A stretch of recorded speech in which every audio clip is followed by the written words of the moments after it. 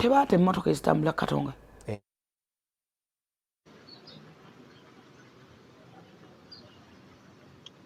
Neyanze ge SPD Robert Mutebi Jennifer Fulfiga mu studio.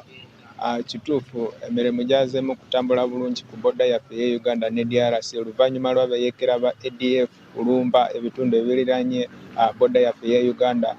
Bano bayeekera bayingidde ku boda awo mu kitundu kye bayita Kasindi zaabadde ssaawa 5 ez'ekiro okusinziira ku abo abaavuddeyo ne bayingira mu Uganda nga badduka olutalo.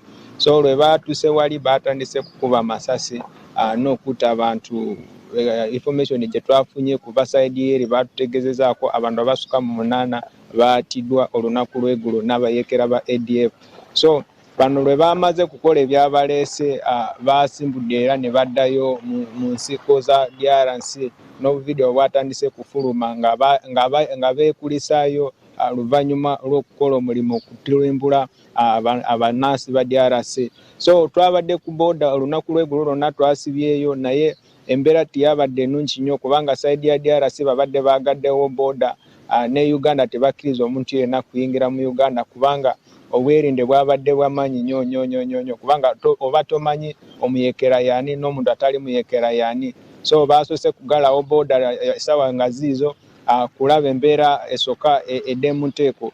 So bano abantu bayingidde mu Uganda babakebe bayogeddeko nabo babadde baagala batwala mu kampu naye bo baagaanye ne bagamba no tetugenda mu kampu kubanga twaleeseeyo abaana baffe lwe twaduse abaana twabaleese mu manyumba abamu babadde n'abaana nga balema nga tebasobola kudduka ne babaleka ne bagamba tugenda kuddayo kubanga batutegeezeza n'eri sayidi y'eri situation yakoze eki yakakanyemu ne bakkiriza ne baddayo ne bakurosinga ne badda mu DRC.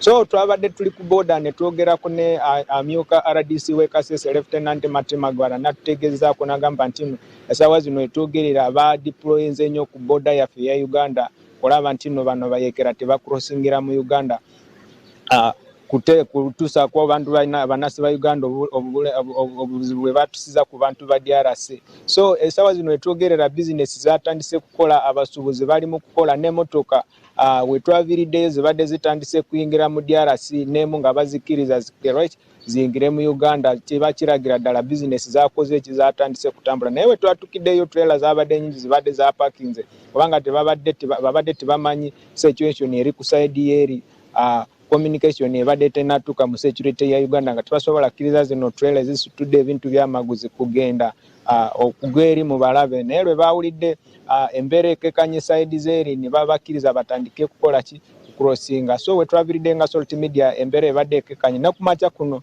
embeera nnungi era olunaku lw'akatale n'abasuubuzi bayingidde mu Uganda kusinziira ku information gye tufuna kuva ku boda kujja wano kusobola ebyamaguzi batwale ku sayidi y'eri. So embeera yeeyo eri Kasese over to you.